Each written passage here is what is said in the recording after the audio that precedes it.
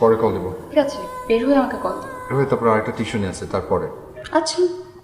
রাশেদ, বাবার চাকরি টাকরি ব্যবস্থা করতে পারলি? আমার তো দিন যতই যাচ্ছে টেনশন বাড়ছে। ইন্টারভিউ তো দিলাম কয়েকটা। আমার জন্য বাদাম নিয়ে আসবো কিন্তু। হ্যাঁ জানি, তুমি আমার কাছে বাদাম ছাড়া কিছুই খেতে চাও না, দাম কম। কে বলেছে তোমাকে এই কথা? আমি তোমাকে বাদাম আনতে বলি কারণ আমার বাদাম খুব পছন্দ। হ্যাঁ আচ্ছা আচ্ছা। আহের অবস্থা তোমার দেখি। এই নাও তোর দামি খাবার। Thank you. চাকরি হয়েছে? গত 2 বছরে তো তোমাকে একটাও খুশি সংবাদ দিতে পারিনি। চাকরিটা হয়ে গেলে খুব ভালো হতো। এই নিয়ে 6টা বিয়ে ভাঙলাম, তারপরেও বাবা থামছে না। একটার পর একটা ছেলে দেখেই যাচ্ছে। তোমার বাবা তোমার বিয়ের জন্য ছেলে দেখছে, এদিকে আমার আব্বার চাকরির সময় শেষ হয়ে আসছে। এই দুটোর মাঝখানে পড়লাম আমি। চলো এবার লাঞ্চ করি। বেঁধেছে আমি তোমার সব ফেভারিট আইটেমগুলো রান্না করেছি। ভাই শোনো না, আমাদের কলেজ থেকে পিকনিকে যাবে। আব্বার কাছে টাকা চাইলাম, বললো যাওয়া লাগবে না। কত টাকা? 800 টাকা। কবে লাগবে? এই সপ্তাহে। আচ্ছা ঠিক আছে দেখি। ভাই সত্যি? মা আমি যাচ্ছি। হ্যাঁ। আসলে তো রান্না করার মতো কিছু নেই ঘরে। তোর কাছে যদি কিছু টাকা থাকতো। টাকা? হ্যাঁ আছে তো, 500 টাকা বাবাকে দিও।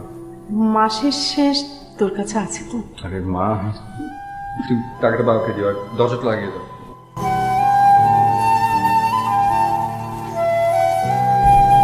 আপনি অনেকদিন আগে একটা কোচিং সেন্টারে পড়াতে বলেছিলেন না? আমি ওটা এখন করতে চাই। টিউশনির ফাঁকে পারবি? একটু কষ্ট হয়ে যাবে কিন্তু করতে হবে। আর টিউশনির টাকায় শুধু চলছে না। ঠিক আছে, আমি তাহলে কোচিং এর মালিককে বলে দিচ্ছি। বাবা প্লিজ আমাকে আর কয়টা দিন সময় দাও। একই কথা গত 2 বছর যাবত বলছিস। প্রথম বলতি পড়াশোনা শেষ হোক, পড়াশোনা শেষ হলো, এখন আবার নতুন বাহানা।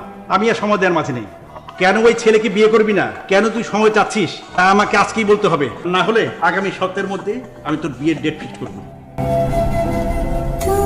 আচ্ছা এই টাকাটা তুমি রনিকে দিবে, বলবে যে আব্বা দিয়েছে। বাবা আমার বিয়ে নিয়ে প্রায় ফাইনাল কথা দিয়ে ফেলেছে। আমি কি করব বুঝতে পারছি না। তোমাকেই বা কি করতে বলবো সেটাও বুঝতে পারছি না। কাল আমার সাথে একটু দেখা করতে পারবে? আচ্ছা করবো, তুমি টেনশন করো না। আচ্ছা কি করবো ভেবেছো কিছু? না তুমি না একটা অফিসে জবের জন্য ট্রাই করেছিলে? হয়নি ওখানে। আমি জানি তুমি খুব প্রেশারের মধ্যে আছো। রাশি আমি কি করব বলো তো? বাবাকে কি করে থামাবো?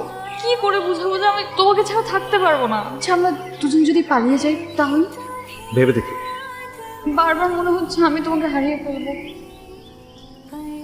আমাকে তো বদলি করে দিল দিনাজপুর। আগামী মাস থেকে তো আর সাহিলকে আপনি পড়াতে পারবেন না, আজকেই জানিয়ে দিলাম। জি আচ্ছা। বলনি কেন? আমার কাছে তো চাবি ছিলই। না, ওই যে বাড়িওয়ালা এসেছিলেন ভাড়ার জন্য। আচ্ছা তুমি সপ্তাহখানেক টাইম নাও, আমি ম্যানেজ করে দিব। তোর অনেক কষ্ট হয়ে যাচ্ছে না? মা তুমি এসব নিয়ে ভেবো না তো, যাও ঘুমিয়ে পড়ো। আমি তোমাকে অনেক ভালোবাসি, এই বিষয়ে কোনো সন্দেহ আছে তোমার? না, এ কথা কেন? সেই ভালোবাসা থেকে বলছি, তোমার উচিত তোমার বাবার পছন্দ করা ছেলেকে বিয়ে করে ফেলা। এটাই আমাদের দুজনের জন্য ভালো হবে। কি বলছো এসব? রিয়া তুমি জানো আমার পরিবারের বড় ছেলে আমি, তাদের একমাত্র অবলম্বন এখন আমি। তোমার হাতটা ধরবার জন্য যতটুকু শক্তি দরকার আমার এখনো তা হয়ে ওঠেনি। কবে হবে তা আমি জানিও না। আমাদের এতগুলো স্বপ্ন সব এভাবে শেষ হয়ে যাবে? তোমার কষ্ট হবে কিন্তু পরে সব ঠিক হয়ে যাবে।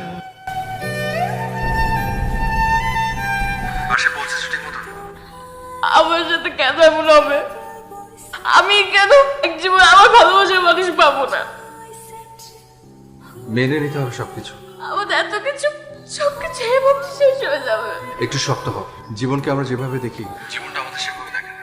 আমি তোমাকে কোনো মিথ্যা আশ্বাসে রাখতে পারবো না। আমার অনেক কষ্ট হচ্ছে। কষ্ট হবে, আবার সবকিছু ঠিকও হয়ে যাবে। আগামী 27 তারিখে আমার বিয়ে। আমি তোমার কাছে ঠিক আগের মতো একটা দিন চাই। আর তো কখনো তোমাকে এইভাবে পাবো না। আচ্ছা আমি গত ঈদে তোমাকে যে শার্টটা দিয়েছিলাম ওটা পরে এসো। ঠিক আছে। আমাকে দেখতে কেমন লাগছে? সুন্দর। একটু পর আমার চলে যেতে হবে। আজকে নাকি আমার বিয়ে শপিং এর জন্য সবাই বের হবে। ও আচ্ছা। তোমার জন্য কিছু জিনিস এনেছি। আগে দিলে তো নিতে না, জোর করলে ঠিকই নিতে, কিন্তু ইউজ করতে না। আজ এরকম করো না। ঘড়ি যদি ভালো লাগে সবসময় হাতে রাখবে। এটার মধ্যে একটা পাওয়ার ব্যাংক আছে। সারাদিন তুমি বাইরে বাইরে থাকো, ফোনের চার্জ শেষ হয়ে যায়, তোমাকে ফোনে না পেলে তো তোমার ফ্যামিলি টেনশন করবে। এটাও সবসময় সাথে রাখো। কিছু আই স্পেশাল টিস্যু পাশে যে বসে থাকো আর খাটতে থাকো, আমি তো মুছে দিতে পারবো না, তো এটা ইউজ করবে। এটার মধ্যে হচ্ছে ডায়েরি। আমার সাথে যদি কখনো কথা বলতে ইচ্ছা করে ডায়েরিতে লিখে রাখবে।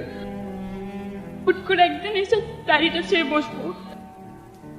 আমি তোমার জন্য কিছু জানলাম না। কে বলেছে? এনেছো তো। এই যে আজকের দিনটা তোমার কাছ থেকে তো এটাই চেয়েছিলাম আমি। হ্যালো, হ্যাঁ এই তো জানে, আমাকে যেতে হবে। শুনো, নিজের যত্ন নিবা, ভালো থাকবা, সবার সাথে ভালোভাবে থাকবা। আমি আসি তাহলে। मैं तेरे बुलाने